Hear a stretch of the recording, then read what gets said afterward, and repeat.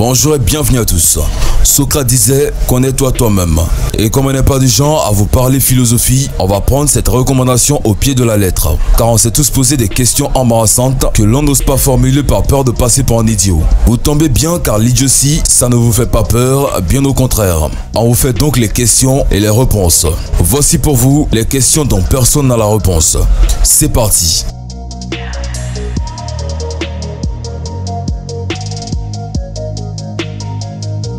Pourquoi ne rit-on pas lorsqu'on se fait des chatouilles tout seul?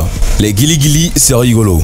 Lorsqu'on se fait chatouiller, on rit de manière incontrôlable et se tortille phonétiquement. Une réaction appelée gagalésis est apparentée par les scientifiques à un sentiment de panique, vieux reste d'instinct de survie. Les chatouilles stimulent la partie de notre cerveau qui gère la peur et ce dernier réagit avec le rire à un mélange de plaisir et de douleur. Il existe également dans notre cervelle un mécanisme qui réprime les sensations de chatouille si elles sont auto-administrées. L'expérience a d'ailleurs été menée par un robot que les cobayes activaient pour se faire chatouiller. Résultat, par de rire, si le robot s'activait instantanément, mais il suffisait que la réaction du robot soit imprévisible pour que les guilis soient efficaces.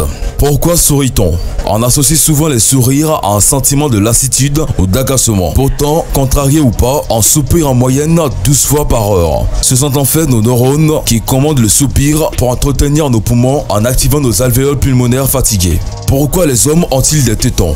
Inutile, purement décoratif, les tétons des hommes, pas exactement. Au stade embryonnaire, le développement est d'abord commandé uniquement par le chromosome X qui lance la conception des seins. Chez les garçons, le chromosome Y prend ensuite le relais et les hormones sexuelles masculines arrêtent le développement des nénés. Les tétons des hommes sont donc le reste du boulot entamé par le chromosome X. Mais pas seulement, car certains pères sont capables de produire du lait pour nourrir leurs enfants en cas d'extrême nécessité lorsque l'hormone appelée prolactine est sollicitée. Ainsi, le Sri Lankais Ujjirat, impuissant face à son nouveau-né affamé après le décès de sa femme, s'est mis à produire du lait et nourrir son enfant en lui donnant le sang, enfin le téton. À quoi rêvent les aveugles? Comment se traduit l'inconscient de quelqu'un qui n'a jamais vu? Plusieurs chercheurs se sont penchés sur la question et ont interrogé des non-voyants afin de recueillir leurs témoignages. À en juger par leur réponse, il semble que les aveugles rêvent en mobilisant plusieurs sens, l'odorat, l'ouïe, le toucher, mais aussi la vue. Les objets présents dans les rêves ne sont pas forcément fidèles à la réalité, mais ils en sont la perception construite à travers le toucher ou les descriptions. Sachez également que les personnes aveugles font davantage de cauchemars que les personnes voyantes. Les mauvais rêves sont créés pour exprimer les angoisses et les peurs éprouvées durant la journée, situation fréquemment vécue par les non-voyants. Avant de continuer, si vous aimez la vidéo, n'oubliez pas de vous abonner et d'activer la cloche de notification pour ne plus jamais rater une nouvelle vidéo. À quoi servent les gravures sur le bras des bouteilles de vin? Il ne s'agit pas d'un dispositif pour personnes non-voyantes comme on pourrait facilement imaginer. Ces points en relief ne sont nécessaires que lors de la phase de production de la bouteille. Ils servent à identifier le moule et ainsi pouvoir retrouver et jeter facilement une série de bouteilles défectueuses. Pourquoi un code PIN ne contient que 4 chiffres? En 1996, l'Écossais James Goodfellow a inventé et développé le code PIN afin de protéger l'accès aux comptes bancaires des particuliers. Au début, le code comprenait 6 chiffres, mais sa femme se plaignait que ce code était trop difficile à retenir. James l'a donc réduit à 4 chiffres. Comment Michael Jackson se penchait-il à 45 degrés? Le talon des chaussures comporte une fente en V et les clous dépassent de la scène. Il croche donc le clou dans la fente de son talon et peut se pencher à 45 degrés sans souci. Dois-je me repentir de quelque chose? L'une des nombreuses questions les plus importantes de la vie. Et c'est oui. Pourquoi lâcher prise est-il difficile? Parce que pour lâcher prise, il faut pardonner à quelqu'un. Souvent, nous devons nous pardonner pour avancer et cela peut ne pas être aussi facile qu'il paraît. Est-ce que je pardonne aux gens? Pas toujours. Pourquoi ne pouvons-nous jamais pardonner à certaines personnes, même si nous savons qu'en pensant à la façon dont elles nous font du mal, nous ne ferons que nous nuire? Ne serait-ce pas plus facile si nous lâchions tout simplement? Pardonner, c'est croire. Parfois, j'ai peur de croire à la bonté. Parfois, la plupart des personnes qui ne pardonnent pas ne croient pas en la bonté. Dois-je pardonner aux gens? Toujours. Mais il n'est pas important de toujours leur dire que nous étions même bouleversés. Former de bonnes relations personnelles consiste essentiellement à ne pas signaler les erreurs des autres en permanence. Quand utilisons-nous notre cerveau à plein régime? Est-il vrai que 90% de notre cerveau est paresseux? Pour en avoir le cœur net, les scientifiques ont cartographié l'activité cérébrale grâce aux techniques de reconnaissance magnétique fonctionnelle et de tomographie par émission de position PET scan.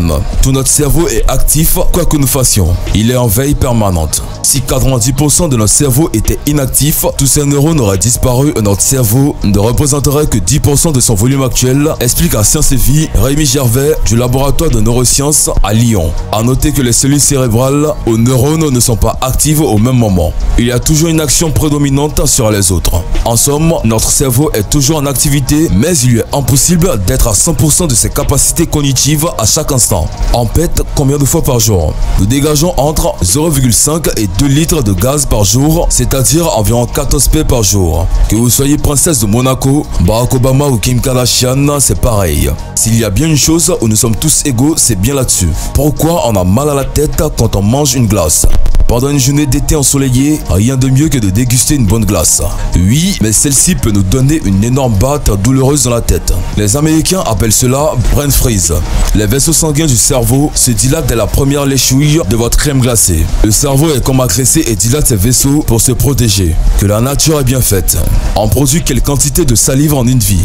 Attention, nous produisons 1,5 litre de salive par jour, c'est-à-dire environ 40 000 dans une vie. Pourquoi cligne-t-on des yeux? Nous clignons des yeux afin d'humidifier notre cornée, sinon celle-ci se sèche. En moyenne, nous clignons 20 fois les yeux en une minute, c'est-à-dire 15 000 fois par jour. Pourquoi y a-t-il des arcs-en-ciel? Les arcs-en-ciel apparaissent lorsque le soleil a rendez-vous avec la pluie. Quand la lumière du soleil rencontre les gouttes de pluie, celles-ci envoient des rayons rouges, orange, jaune, vert, bleu, indigo et violet qui dessinent un joli arc. Sais-tu que tu peux faire toi-même un arc-en-ciel dans le jardin avec un tuyau d'arrosage? Tourne le dos au soleil et lance un fin jet d'eau, puis observe le résultat. Pourquoi elle te donne de l'argent à la banque? Elle ne donne pas de l'argent, elle donne mon argent, celui que j'ai gagné avec mon travail par exemple. Comme je ne peux pas me promener avec des tas de billets, la banque les garde pour moi. Et chaque fois que j'en ai besoin, elle m'en donne quelques-uns. Il suffit que je glisse ma carte dans un distributeur. Sur la carte, il y a mon nom. Un gros ordinateur vérifie qu'il me reste de l'argent. S'il ne m'en reste pas, parce que j'ai déjà tout dépensé, il ne me donne pas. Pourquoi le ciel gronde parfois? Observe le ciel, il y a plein d'énormes nuages tout noirs. Lorsqu'ils contiennent trop d'eau, trop de vent et trop d'électricité, ils explosent, ça provoque alors un éclair et cet éclair fait beaucoup de bruit quand il traverse le ciel. C'est le tonnerre. Parfois, on voit l'éclair et on entend le tonnerre en même temps. Cela veut dire que l'orage est tout près. D'autres fois, on entend le tonnerre longtemps après l'éclair. Cela signifie alors qu'il est éloigné de la maison. Si tu veux savoir à quelle distance il se trouve, compte sur tes doigts au moment où tu vois l'éclair. Le tonnerre arrive quand tu as compté à 5, c'est qu'il est à environ 5 km de toi. Pourquoi la mer est bleue? Elle n'est pas bleue, elle n'est bleue que s'il y a du soleil et que le ciel est bleu. Celui-ci se reflète sur la mer et lui donne sa couleur. Elle est aussi due à la grande quantité d'eau dans la mer. Si tu prends un tout petit peu d'eau de mer et que tu la mets dans un verre, tu ne la verras pas bleue. Elle aura la même couleur que l'eau du robinet. En gros, la couleur de la mer est semblable à la couleur de l'eau d'une piscine. Pourquoi baille-t-on? On baille lorsqu'on est fatigué ou lorsqu'on s'ennuie. C'est un signal d'alarme qui dit qu'on est en train de perdre le contrôle de son corps. En fait, on s'endort un peu. En nous faisant étirer la mâchoire, le bâillement nous fait respirer profondément. Ça nous réveille. Voilà, c'est tout pour cette vidéo. Si vous avez aimé la vidéo et que vous avez oublié de vous abonner, abonnez-vous maintenant sans plus tarder et activez la cloche de notification pour ne plus jamais rater une vidéo.